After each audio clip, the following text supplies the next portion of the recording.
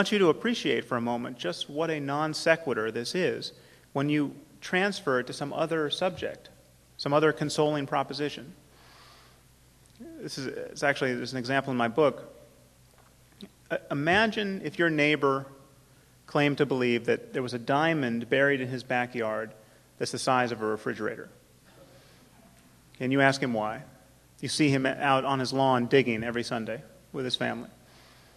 Imagine how you would feel about his mental faculties if he said, well, this belief gives my life a tremendous amount of meaning.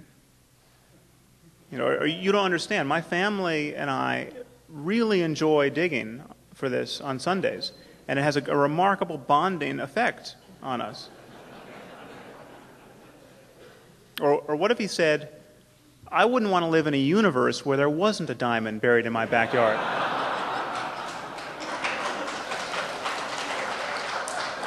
It's pretty clear that these responses are inadequate, deeply inadequate. They're worse than that. They really are the responses of a madman or an idiot. And it's so easy to see. And yet, change the subject to the existence of God who can hear your prayers, who's looking out for you, despite all of the other devastation we see in the world going on each day. God is protecting you and your family. You change the subject to that proposition, and all bets are off. In fact, you could not possibly get elected to office in this country unless you endorsed that kind of thinking about the existence of God.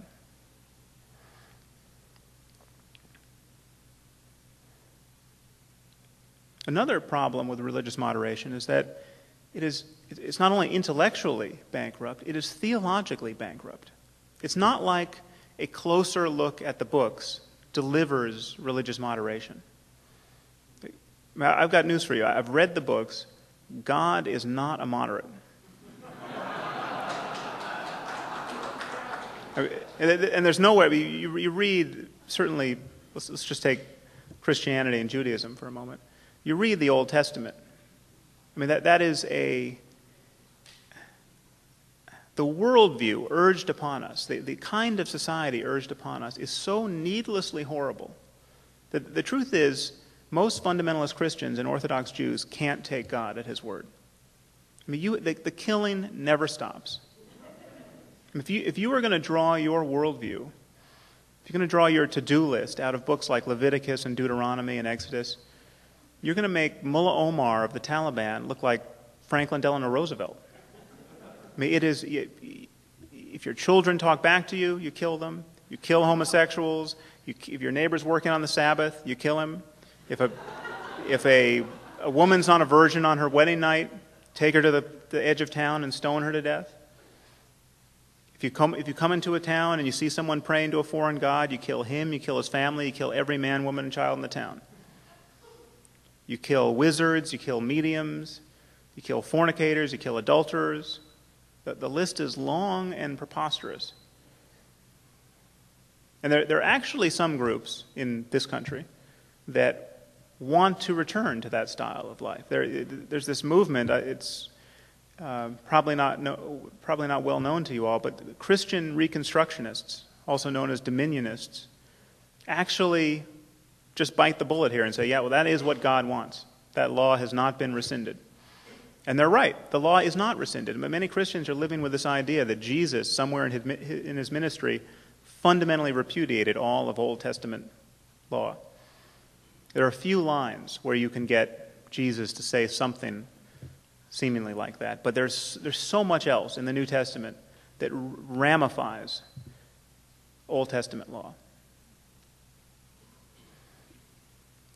And these Christian Reconstructionists, by the way, are amazingly influential. The level of activism we see in the fundamentalist community now has largely been seeded by them because another thing Christian Reconstructionists believe is that Jesus is not going to come back until after a millennium of Christian beatific domination of the globe. So we have to fully establish a Christian world before Jesus comes back. They're in a minority believing this, but their energy the energy with which they have approached that task has been contagious, and these are not, people believing this stuff are not fringe characters in our society. There are people who can get Karl Rove on the phone who want to practice the worldview of Leviticus, killing homosexuals, for instance.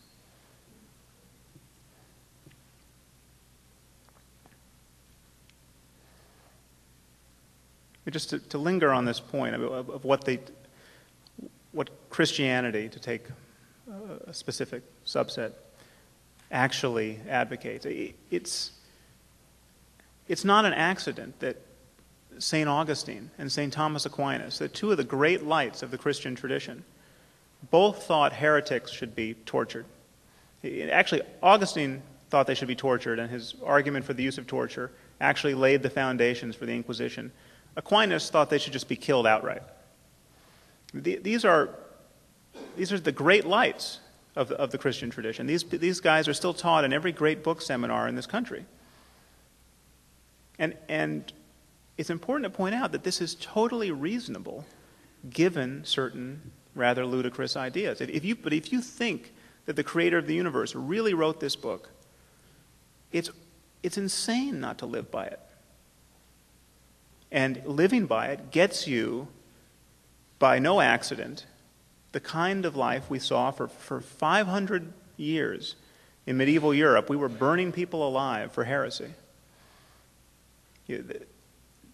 Again, we look from our perch in the present, we look back on this and we think, well, these people were just deranged. That this is just a whole culture plunging into psychopathology. It's really not true. Just think about this. If your neighbor can say something to your child that is so spiritually wayward that it could put your child in peril for eternity, I mean, literally just drive your child into eternal torment, that person next door is far more dangerous than a child molester. So really believing this stuff has consequences, and we secularists and moderates have fundamentally lost touch with the fact that millions and millions of people really believe this stuff.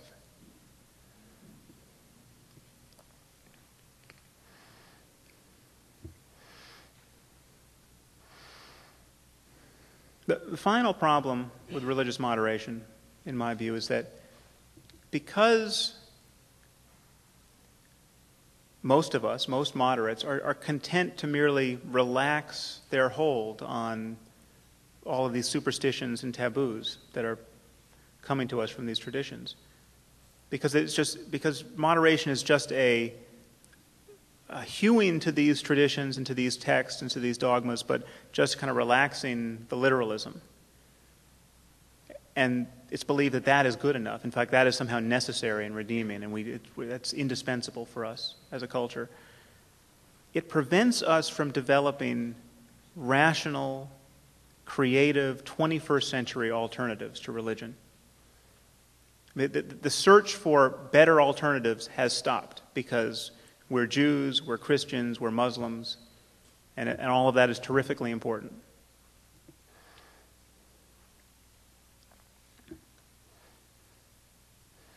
It's important to point out that we decide what's good in the good book.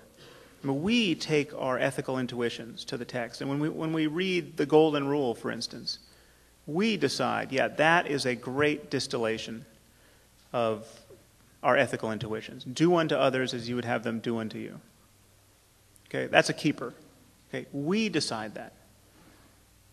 If the Bible is the best book we have on moral questions, if you're a fundamentalist, it's the best book we have because it's literally been inspired by the Holy Ghost, or it's literally been dictated by the creator of the universe.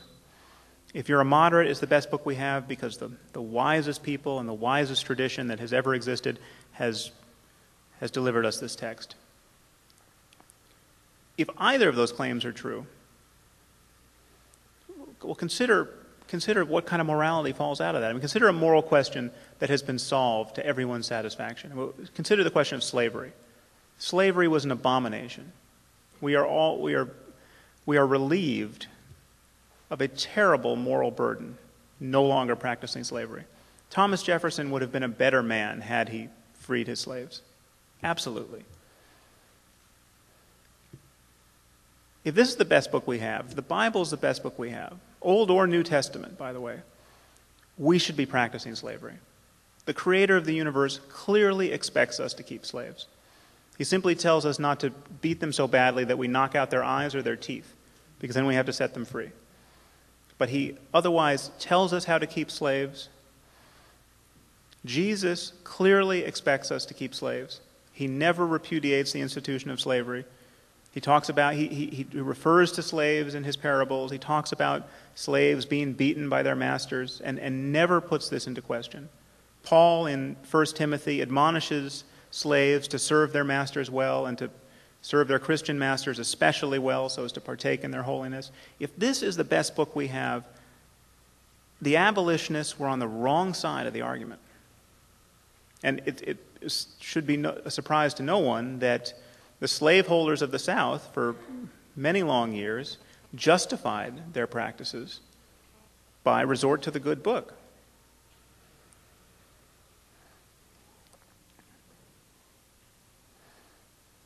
So my argument, and really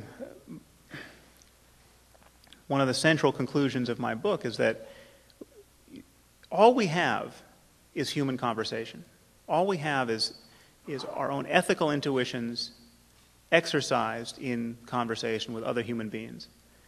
You can either put your faith in a 21st century conversation with all of our intellectual resources available to us, or you can put your faith in some other century's conversation as enshrined in one of these books.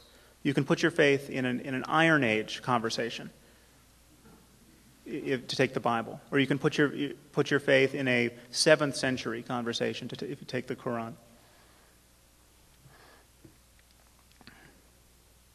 The problem with faith is that it really is a conversation stopper. Faith is a declaration of immunity to the powers of conversation. It is a reason why you do not have to give reasons for what you believe. This is really a problem because when the stakes are high, we have a simple choice between conversation and violence. At the level of societies, we have a choice between conversation and war.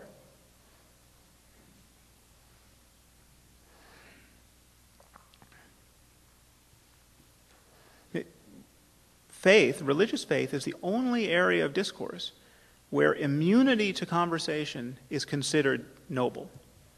It's the only area of our lives where someone can win points for saying, there's nothing that you could say that would change my mind. I mean, just imagine a medical doctor saying, there's nothing that could be said that will change my mind.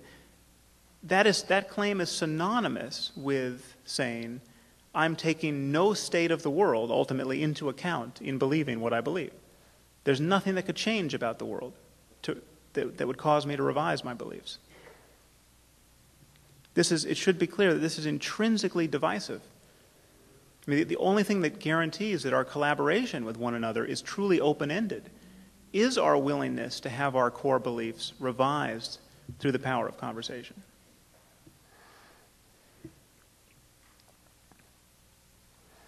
Now, there are two kinds of conflict born of faith and its mode as a conversation stopper. I mean, there are a lot of people dying in the name of faith, and they're not explicitly theological grievances being exercised. I mean, you take something like the violence in Northern Ireland, or the fragmentation of the former Yugoslavia. These are conflicts that are, when these societies got stressed, they broke along religious lines. But it's not like the Irish were fighting over the doctrine of the transubstantiation. But still, the problem is their moral identities were organized around this adherence to a tradition. And I mean, clearly there are other